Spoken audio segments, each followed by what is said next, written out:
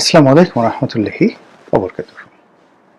সম্মানিত দর্শক, আজকে যে বিষয়টি নিয়ে আলোচনা করব এটি ফেসবুক একটা ট্রল নিয়ে।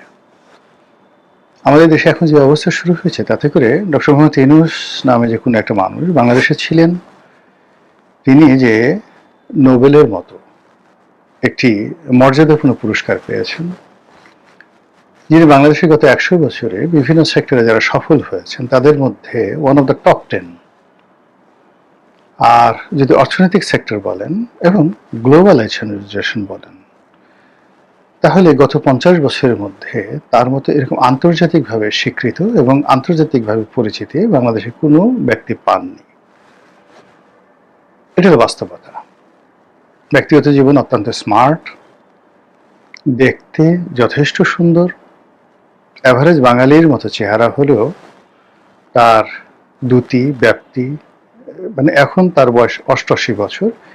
এই সময়টিতে তিনি যে তারুণ্য ধরে রেখেছেন, তার কথার যে ধারাবাহিকতা, এবং তিনি এখনো যেভাবে ছুটোছুটি করতে পারেন বা করছেন, এটি আমরা তার চেয়ে প্রায় ২৫ বছর, আরও বেশি ২৮ বছরের ছোট হওয়া সত্ত্বেও এই প্রাণশক্তি আমাদের মধ্যে নেই।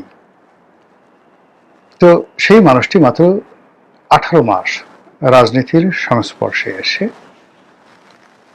এতটা অপমানিত, এতটা অবদমিত, এতটা নিগ্রহ এবং যাকে বলা হয় এতটা পচে গলে গান্ধা হয়ে গেছেন, যার কারণে আমাদের এই সমাজে তাকে টিটকারি করা, তাকে একটা খোঁচা দেওয়া, তাকে আক্রমণ করা, তাকে গালাগালি করে একটু মনের ঝাল মেটানো, এটা বাংলাদেশের মানুষের সাধারণ একটা ফেনোমেনা হয়ে গেছে। সকালের নাস্তা যেমন অপরিহার্য, রাতের ঘুম যেভাবে অপরিহার্য, এভাবে এই বাংলার জমিনে ডক্টর মোহাম্মদ ইউনূসকে গালাগাল করা এখন অনেকের একটা স্টাইলে পরিণত হয়েছে। মানুষ গালাগালি দিতেও পছন্দ করে, শুনতেও পছন্দ করে। তো এরকম ইন্টারনেট ঘিরে, সামাজিক মাধ্যম ঘিরে ডক্টর মোহাম্মদ ইউনূসকে নিয়ে যে সকল ট্রল হয়, গালাগালি হয়, তার মধ্যে এই যে আমি আজকে যে শিরোনাম, এরকম শিরোনামে একটা বক্তব্য দেখলাম যে সামবডি, তিনি বলছেন যে ডক্টর মোহাম্মদ ইউনূস এনসিপিতে যোগদান করছে। আমি নিশ্চিত তিনি সেটা ঠাট্টা করে বলেছেন। আর এটা নিয়ে আমি যে ভিডিও করছি, কন্টেন্ট তৈরি করছি, এটাকে আমি ঠাট্টা করে করছি প্রশ্নে আসে না, আমি সিরিয়াসলি করছি। কেন করছি সেটা আপনাদেরকে বুঝিয়ে বলব। প্রথমত, যে ডক্টর মোহাম্মদ ইউনূসকে যেভাবে গুতোগুতি করা হচ্ছে, যেভাবে ধাক্কাধাক্কি করা হচ্ছে, তাতে করে সারা দুনিয়ায় তিনি এখন নিগৃহীত। আপনারা জানেন যে পশ্চিমা দুনিয়াগুলো, বিশেষ করে ধনতান্ত্রিক বিশ্ব, তারা টাকা ছাড়া কাউকে চেনেন না। আমেরিকার যে সাম্রাজ্যবাদ, সেই সাম্রাজ্যবাদের একটা প্রধান বৈশিষ্ট্য হলো যতক্ষণ পর্যন্ত আপনার ক্ষমতা আছে, যতক্ষণ পর্যন্ত আপনার টাকা আছে, এবং যতক্ষণ পর্যন্ত আপনি শরীর এবং মন দিয়ে আমেরিকার সেবা করতে পারবেন, ততক্ষণ পর্যন্ত তারা আপনাকে মাথায় করে নাচবে। এক। ২ নম্বর হলো যে যতক্ষণ পর্যন্ত তারা আপনাকে ব্যবহার করতে পারবে, ততক্ষণ পর্যন্ত তারা আপনাকে টাকা দেবে, পয়সা দেবে, কিন্তু কোনো অবস্থাতেই আপনাকে মাথায় তুলে নাচবে না। আর আপনার কোনো রকম আবদার আপনার তারা রাখবে না। তারা যাদেরকে রিক্রুট করে বাংলাদেশে বা অন্য যে কোনো দেশে, তাদেরকে তারা মনে করে কৃতদাস। কৃতদাসের কাজই হলো মালিকের, যাকে বলা হয়, দাবিদারি করা। কৃতদাসের কাজই হলো মানুষের মালিকের আনুগত্য করা, মালিকের হুকুম তামিল করা। কিন্তু কৃতদাস মালিকের কাছে কিছু চাইবে, এটা মহাকালের ইতিহাসে কোনো মালিক এটা কখনো গ্রাহ্য করেনি, সহ্য করেনি। একইভাবে আমেরিকা বাংলাদেশে তাদের যত এজেন্ট, সেটা এফবিআই এজেন্ট হোক, সিআইএ এজেন্ট হোক, পেন্টাগনের এজেন্ট হোক, তাদের স্টেট ডিপার্টমেন্টের এজেন্ট হোক, কিংবা কোনো লবিস্ট ফার্মের এজেন্ট হোক, এনি অফ দ্য এজেন্ট, তাদের প্রয়োজনে তারা এজেন্টকে ঘোরায়। কিন্তু এজেন্ট যদি কখনো তাদের কাছে কোনো কিছু চায়, মুহূর্তের মধ্যে তারা সেই এজেন্টটাকে মাইনাসের খাতায় ফেলে দেয়। যেহেতু রাজনীতির সঙ্গে সংবাদপত্রের সঙ্গে দীর্ঘদিন ধরে আছি, এই বাংলাদেশে কারা ভারতের এজেন্ট, কারা রয়ের এজেন্ট, সিআইএর এজেন্ট, কাউকে কাউকে দেখার সুযোগ হয়েছে সে 80-র দশক থেকে। সাম্প্রতিক সময় যেমন একজন লোক, শেখ হাসিনার জামানাতেই একজন লোক হঠাৎ করে তিনি নিজেকে আমেরিকার এজেন্ট, আমেরিকার দালাল, সিআইএর এজেন্ট এগুলো প্রকাশ্যে বলার তিনি যাকে বলা হয় মনে করতেন যে এটা বললে বোধহয় তার সম্মান বাড়বে। বউ বাচ্চা নিয়ে আমেরিকান ক্লাবে গিয়ে আড্ডা মারা, রাষ্ট্রদূতদের সাথে ছবি তোলা আর সেই কথা বিভিন্ন জায়গায় প্রচার করা, এটা তার একটা রোগে পরিণত হলো। আমি যেহেতু ঘনিষ্ঠ ছিলেন, আমি তাকে বুঝেই বললাম যে ভাই, এটার পরিণাম ভালো হবে না, ওরা আপনাকে ব্যবহার করছে এবং তারা আপনাকে জাস্ট লাইক চাকর হিসেবে মনে করছে। আপনি যদি পারেন তাহলে যে কোনো একটা সুপারিশ করে দেখেন তো সেই কাজটা সে পারে কিনা। তো তিনি বেশ কনফিডেন্ট নিয়ে বললেন যে আপনি বলেন কি করতে হবে, ওরা আমার সব কথা শুনবে, এই ডোনাল্ড লো, অমুক লোক, ইত্যাদি ইত্যাদি আমার সঙ্গে চলে। তো আমি তাকে ছোট্ট একটা জিনিস বললাম যে দেখেন তো এটা পারেন কিনা। আমি জানি যেটা হবে না, তো সেটা সে আর পারেনি, বলছে বা বলেনি, হয়তো বলেছে, কিন্তু ওই ঘটনার পর অর্থাৎ যেই মুহূর্তে সেটা বলেছে সেই ঘটনার পরে একইভাবে আমেরিকা তাকে ব্ল্যাকলিস্ট করে ফেলেছে। সে আমেরিকার খাতায় আর নেই। এখনো লোকজন তাকে অনেকে ভাবে আমেরিকার সাথে তার ভালো সম্পর্ক, কিন্তু আমেরিকার কোনো দপ্তরের সাথে তার কোনো ভালো সম্পর্ক নেই, যোগাযোগটা পর্যন্ত নেই। এই গেল এক। আর এক লোক এরকম ভারতের দালাল ছিল দীর্ঘদিন।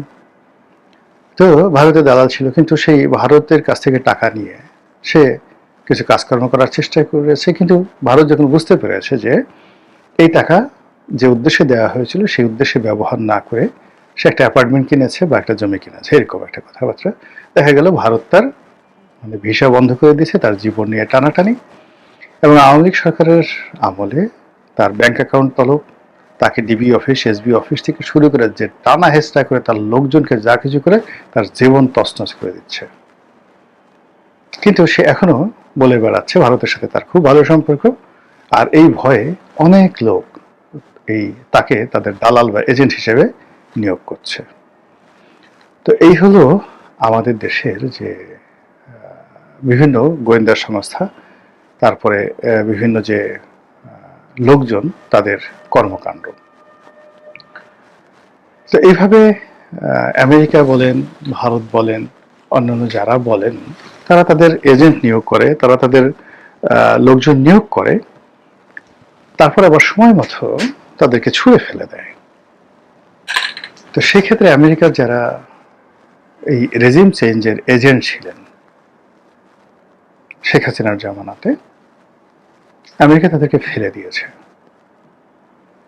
কোনো অবস্থাতেই আমেরিকা কাউকে ওন করে না, যেটা চীন করে, যেটা রাশিয়া করে।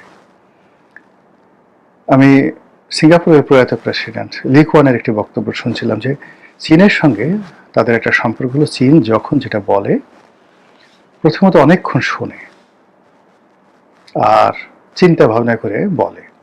যেমন তিনি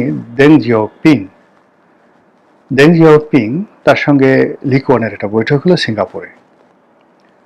তো তিনি তাকে বললেন, দেং জিয়াওপিং বললেন যে তোমাকে আমার খুব ভালো লেগেছে, তো তুমি বেজিংয়ে আসো, তোমার সঙ্গে আমার আবার দেখা হোক।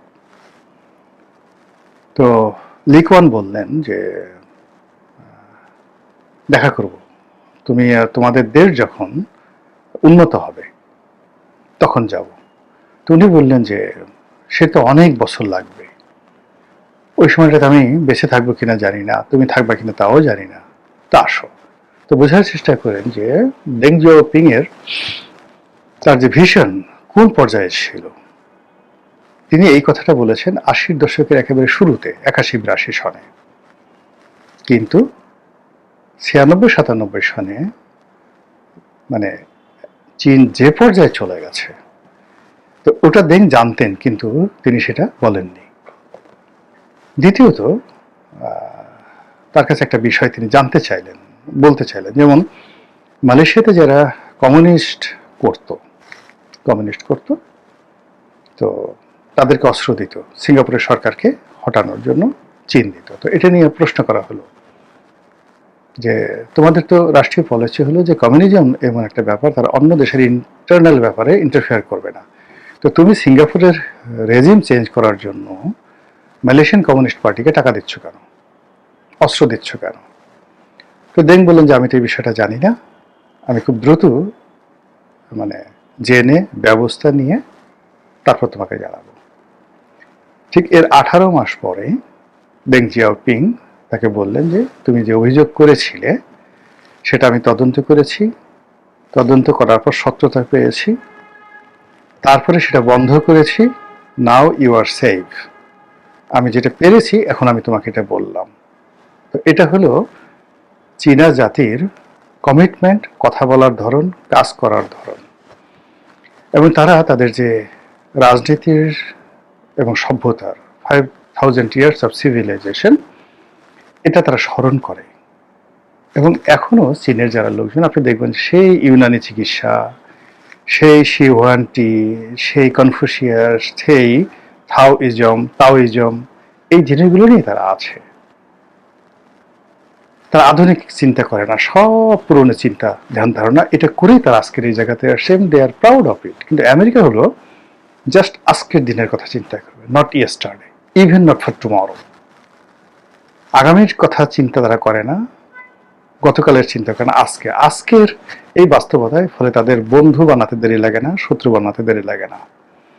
এই জন্য তারা ঘাটাঘাট করে কেটে ফেলে।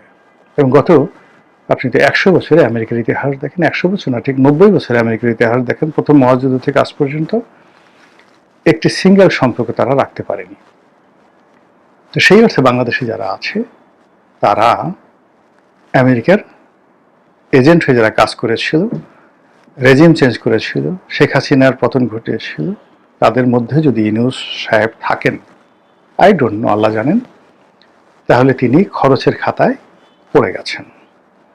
কিন্তু ইউনূস তো ধনী ব্যক্তি, তার অনেক টাকা, সারা দুনিয়াতে তার টাকা আছে, বাংলাদেশে তার অনেক টাকা, আপনি আমি সেটা কল্পনাও করতে পারি না। ফলে তার টাকা, তার বুদ্ধি, তার কানেক্টিভিটি, এর কোনো কিছু নিয়ে সে বসে থাকবে না। সে জানে যে আমি যদি দুর্বল হই, অসহায় হই, তাহলে আমাকে শেষ করে দেবে, পাড়িয়ে মেরে ফেলবে।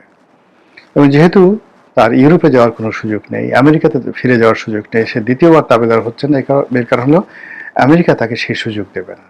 আর আমরা বাংলাদেশে তাকে নিয়ে যেভাবে তুচ্ছ তাচ্ছিল্য করছি, তাকে আক্রমণের মুখে ফেলে দিচ্ছি, তাকে আহত করার চেষ্টা করছি মানসিকভাবে, এবং তাকে ভয় দেখাচ্ছি, মবের ভয় দেখাচ্ছি, সেক্ষেত্রে হি নিডস প্রোটেকশন। আর সেই প্রোটেকশনটা হলো রাষ্ট্রপতির মতো একটি সুরক্ষিত পদ, বঙ্গভবনের মতো একটি সুরক্ষিত আবাসগৃহ, এবং মাথার উপর বিএনপির মতো একটা বড় দলের ছাদ।